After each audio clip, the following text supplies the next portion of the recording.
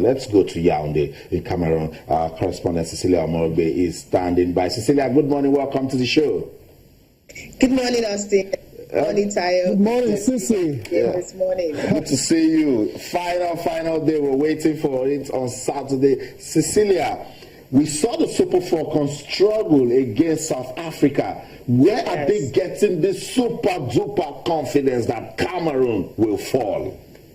Yeah, I think when you see a team that is actually resilient like that, it tells you that there's so much they can achieve. You know, the coach keeps saying, I'm going to take one game as it comes. They played Ghana, very physical. South Africans were very tricky. I mean, they managed to actually win that by luck because the coach had to congratulate his Falcons for having to stay put because they threw everything at them, but somehow they were able to come out. Or is it the hostile crowd we talked about? So when you look at these girls, they know what they want. They know what is at stake. You know, we talked about bonuses and allowances that haven't paid since like forever. So they know that if they reclaim the title, this money will come up. But if they don't, you trust what government administrators, they know what to do, and they always find a reason and all that, not giving them everything. But they know what is at stake. They know that, hey, we just have to stay focused, stay positive, go ahead, no matter what we're going to face, and win this. But they actually need a whole lot of resilience and a whole lot of prayers. I have to come into prayers here because if we check our preparations to this tournament, it wasn't so cool.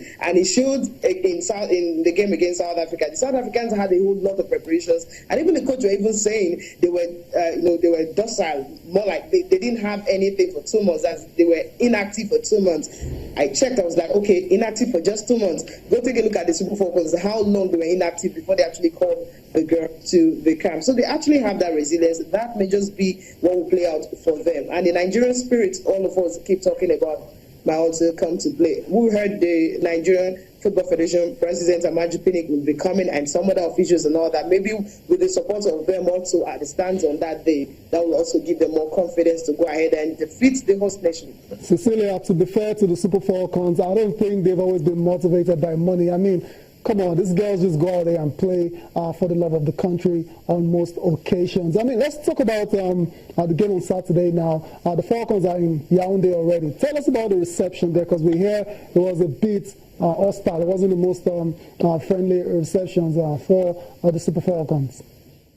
Yeah, not really, because what happened was that when they got, they had to leave from Boya to Douala before they actually had to fly to Yaoundé and all. But all the girls were able to get, a seat to the ticket, but it wasn't enough for everyone. So some of the officials, had to wait behind, to actually take the next flight. But when they were able to take off, I think there was electrical faults on that plane, and so they had to travel by road. So they couldn't risk entry in that plane. So about the goalkeeper, trainer, and assistant coaches and some other back home staff, they have to travel by road down to Yaoundé. But the girls came in here. Well, they're good and they're okay. But when you are in a nation whereby you are the defending champion and they know you're good. I mean, this is the 10th edition.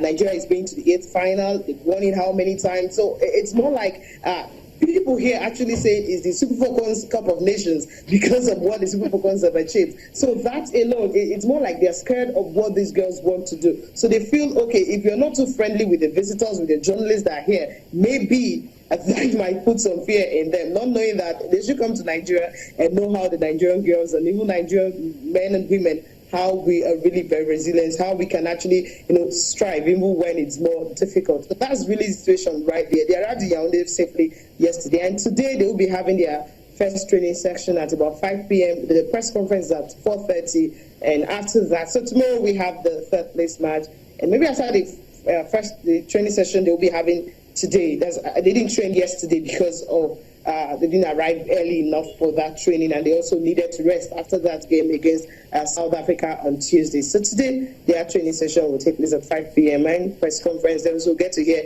from the Cameroonians, because we've not been let into the camp of the Cameroonians and all that. So tomorrow, they'll definitely get to see them and even know what they have up the sleeves and what the coaches and players will have to tell us ahead of the game on Saturday. Okay, Cecelia, thank you so much, Cecelia, for speaking to us. All the best. Send our love to the team. We saw them dancing. Hopefully they will sing and dance on Saturday. Thank you, Cecelia. Okay, thank you. Okay, that's our sports correspondent, that's Cecelia Omorogbe. She's right there in Yaoundé with the team. Hopefully she will come back with the trophy with the Super Falcons.